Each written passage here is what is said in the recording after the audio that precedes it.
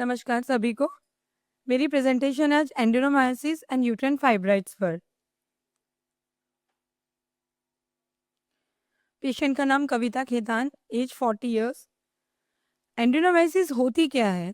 Endometriosis एक ऐसी condition है जिसमें एंडोमेट्रियम टिश्यूज हमारे मायोमेट्रियम में ग्रो करने लगते हैं और इसकी वजह से हमारी यूट्रस वाल काफ़ी थिक और एनलार्ज हो जाती है। इनके कॉजेज क्या क्या हो सकते हैं? Hormonal imbalances, inflammation of the uterus, age factors, lifestyle, काफ़ी सारे दिए हैं, आप गो थ्रू करें। इसके सिम्टम्स है मेंसेस में heavy bleeding, menstrual cramps, chronic pelvic pain, enlarge uterus etcetera etcetera.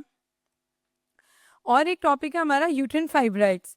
Uterine fibroids क्या होता है? एक नॉन कैंसरस टिश्यूज होते हैं जो कि हमारे यूट्रस में डेवलप करने लगते हैं, मसल्स और फाइब्रस टिश्यूज, जो कि अपनी लोकेशन डिजीज की सीवियरिटी के हिसाब से उनकी साइज और लोकेशन चेंज होती रहती है। इनकी कॉजेज भी genetic factors, obesity, vitamin D deficiency and all others. इनके सिम्टम्स है prolong periods, lower abdominal pen, frequent urination, constipation, anaemia etcetera. तो ये जो पेशेंट हमारे पास आए थे, मिसेस कविता खेतान, अगर हम कहें कि गुरुजी के शब्दों में अगर हम कहें तो ये एक्चुअली करोड़पति पेशेंट थे, ठीक है, क्योंकि इनको यूट्रस और एडेनोमाइसिस और फाइब्रॉइड्स के अलावा इतनी सारी बीमारियां, इतने सालों से ये जूझ रहे थे इन दो प्रॉब्लम से कि एडिशनल इश्यूज इनको इतने सारे थे। Anxiety, insomnia, back pain, IBS, severe weakness, leucorrhoea, dyspepsia, low appetite, skin problem etcetera, जैसे कि आप देख सक रहे हैं स्क्रीन पर। तो हमारे लिए एक बहुत ही बड़ा चैलेंजिंग केस था, क्योंकि वो एट प्रेजेंट तो ये दो बीमारियां बता रहे थे, बट अगर हम उनकी पास्ट हिस्ट्री जाने तो वो इतनी ज़्यादा प्रॉब्लम से ग्रस्त थे कि वो एक्चुअली पूरे इस सर्कुलर विशियस सर्कल में उलझ चुके थे कि कौन सी, मतलब कैसे, किससे मैं निकल पाऊँ। तो ये सारा हमें, हमारे ऊपर एक बहुत बड़ा चैलेंज था कि हमें इन सबको उनको ठीक करके देना है।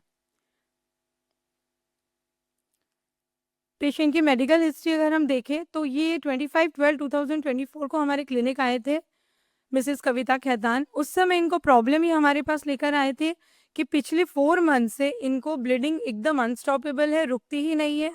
एलोपैथी हाई डोज मेडिसिन चल रहे हैं, वो जब तक मेडिसिन लेते हैं तब वो रुकती है, जैसे ही स्टॉप करते हैं फिर ब्लीडिंग स्टार्ट हो जाती है।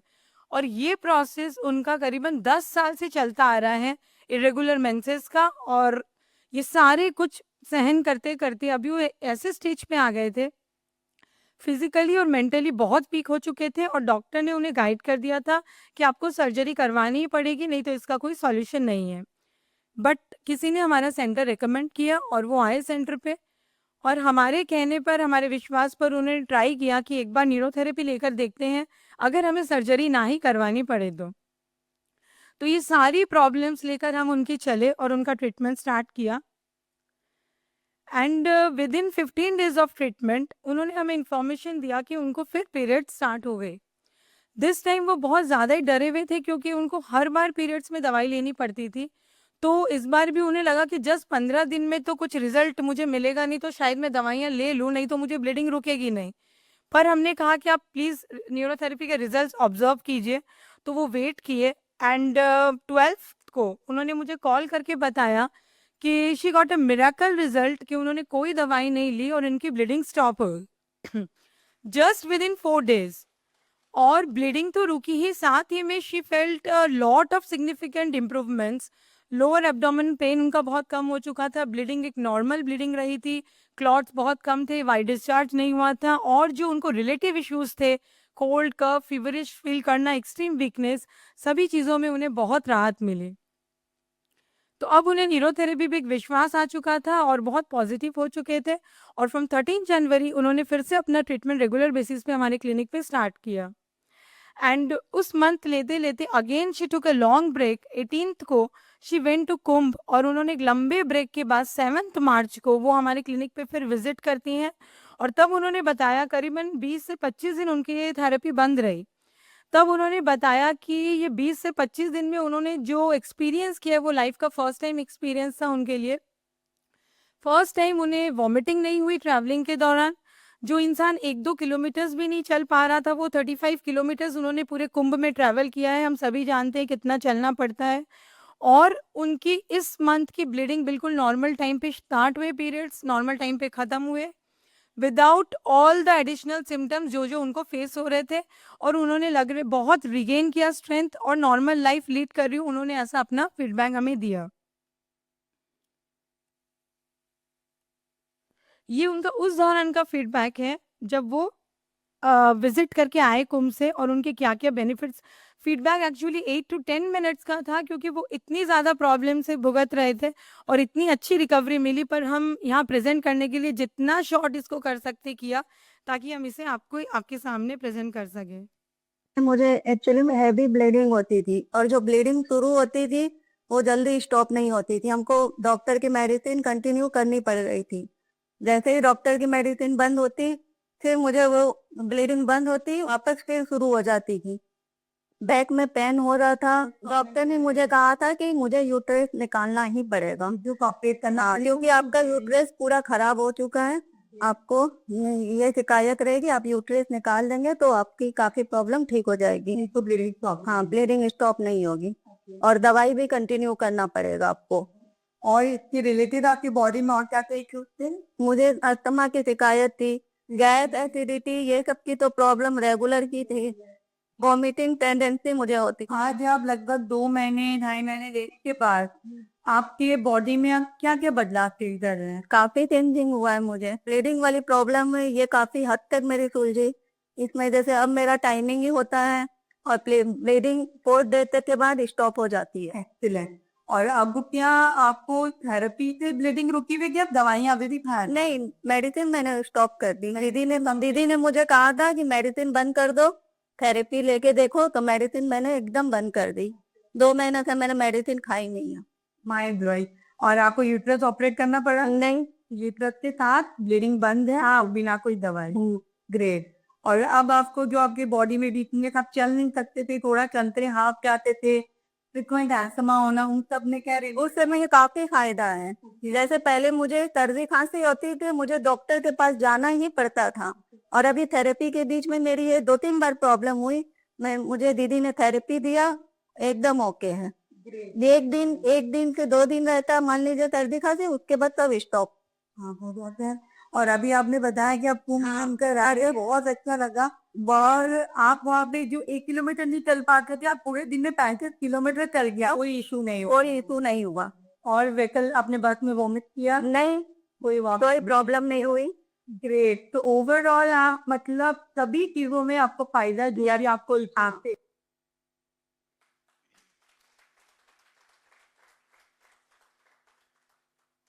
ये पेशेंट के पूरे ट्रीटमेंट कार्ड्स जो कंटिन्यू ट्रीटमेंट चले क्लिनिक पर, ये पूरी treatment details with the logic. हमने 22/12/2024 से 27/12/2024 तक ये ट्रीटमेंट फॉलोअप करे। 2 पैन हमने फाइब्राइड्स और हार्मोनल बैलेंस के लिए दिया, gall liver for digestion, detoxification, in immunity के लिए। फिर अपना mild acid for acidity reduce करने के लिए ब्लड से, gene change treatment for white discharge and lower abdominal pain and back pain के लिए, G heparin for prostaglandins and reduce inflammation and blood clots. ये 3-4 दिन थेरेपी चलने के साथ साथ ही उन्हें बहुत आराम लगने लगा शरीर में, और उनकी स्ट्रेंथ रिगेन होने लगी। उसके बाद क्योंकि वो इतनी ज़्यादा प्रॉब्लम से भुगत रहे थे और इतनी प्रोलंग सफरिंग के बाद उनकी बॉडी इतनी वीक हो चुकी थी कि ओवरऑल हर ही सिस्टम बॉडी का ठीक से वर्क नहीं कर पा रहा था, ना बॉडी की इम्यून सिस्टम, ना metabolism.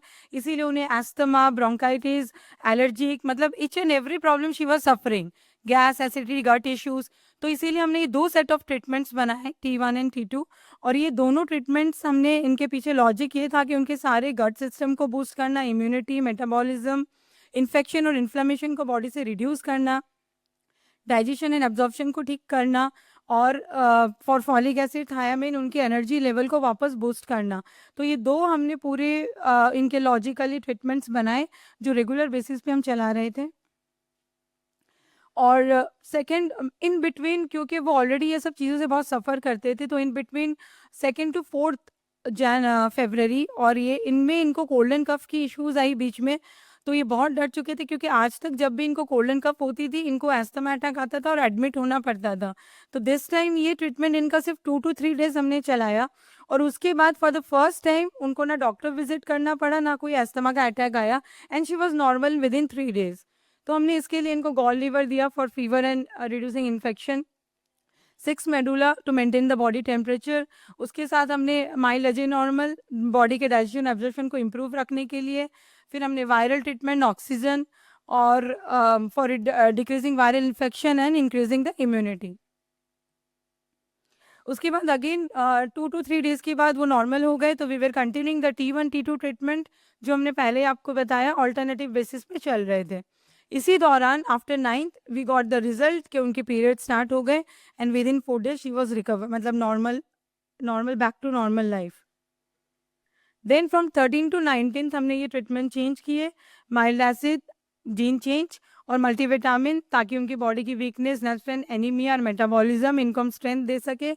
Acidity, back pain, white discharge, इन ट्रीटमेंट्स के बाद काफ़ी हद तक उनको होना बंद हो गए और वो नॉर्मल लाइफ में रिगेन हो गए। देन 20 और 21 तारीख को again she face loose motions and उनका स्टमक अपसेबल रहा, तो हमने ये ट्रीटमेंट्स उनको दिए to reduce inflammation and mucus in the stools, for non epinephrine for उल्टा normal to reduce the loose motions, और वैगस नर्व को एक्टिवेट करने के लिए ताकि उनका नर्वस सिस्टम पूरी तरीके से सेट रहे। और within 20 and 21 only 2 days we gave this treatment और उनकी लूज मोशंस बिल्कुल नॉर्मल हो गए। Again she was back to a normal routine. Then T1 and T2 were continued alternatively.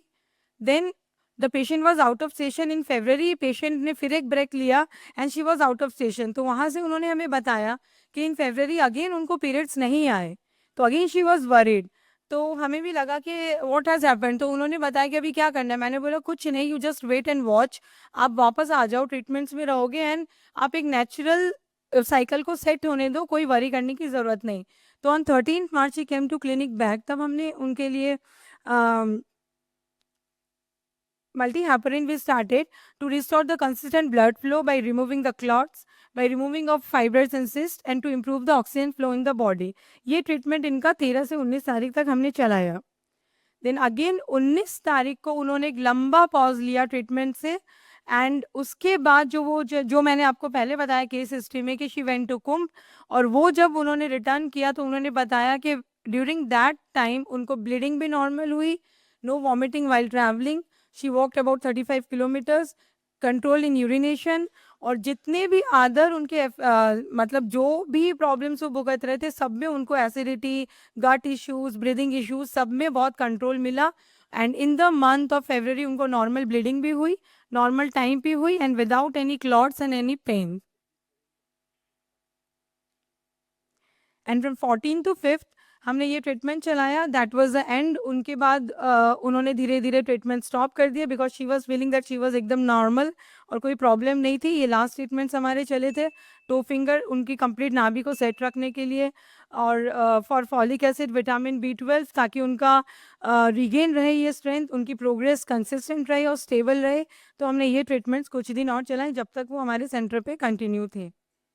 तो जस्ट विद इन 3 months उनका ये near about सारे problems में हमें मतलब मिराकुलस रिजल्ट्स मिला, और जिसके दौरान उन्होंने बहुत बार ट्रीटमेंट स्टॉप किए और काफ़ी बार वो आउट ऑफ स्टेशन गए, लेकिन उसके बावजूद भी हमें उनके रिजल्ट्स बहुत रिमार्केबल और मिराकुलस इन ट्रीटमेंट से मिले।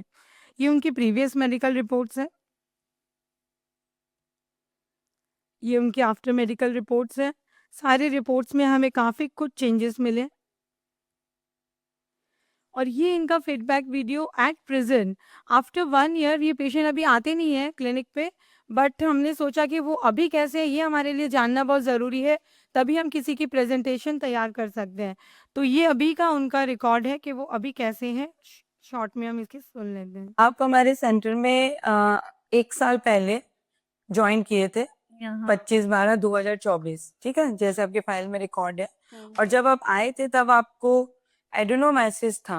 अब ये जानना है कि अब 1 साल के बाद ये प्रॉब्लम अभी आपकी कैसी है? पीरियड्स आपको टाइम पे हो रहे हैं कि कोई प्रॉब्लम हो रही है कि वापस वो प्रॉब्लम वैसी की वैसी हो गई? क्या है अभी प्रेजेंट स्टेटस, क्या है 1 साल के बाद? नहीं दीदी, ऐसा कुछ नहीं है। मैंने ट्रीटमेंट लेने के बाद मेरी ब्लीडिंग मतलब एकदम सही हो रही है और मंथली भी एकदम रेगुलर और सही तरीके से आ रहा है ओके और कोई प्रॉब्लम कोई इशू नहीं है। ओके। तो ये ट्रीटमेंट आपका इतने दिनों से बंद है, लेकिन एकदम पीरियड समय पे आ रहे हैं हाँ, और एक्सेसिव ब्लीडिंग वगैरह कुछ नहीं। नहीं और इससे रिलेटेड जो आप और भी इश्यूज फेस कर रहे थे उस समय, बहुत ज्यादा वीकनेस, बैक पेन, बहुत कुछ आपको प्रॉब्लम्स थी, वो सब भी आपके नॉर्मल है, आप बिल्कुल हाँ अच्छे दीदी, हो। हाँ सब नॉर्मल है। ओके ओके, यही जानना था अभी। बहुत बहुत थैंक्स इसके लिए, आपके फीडबैक के लिए।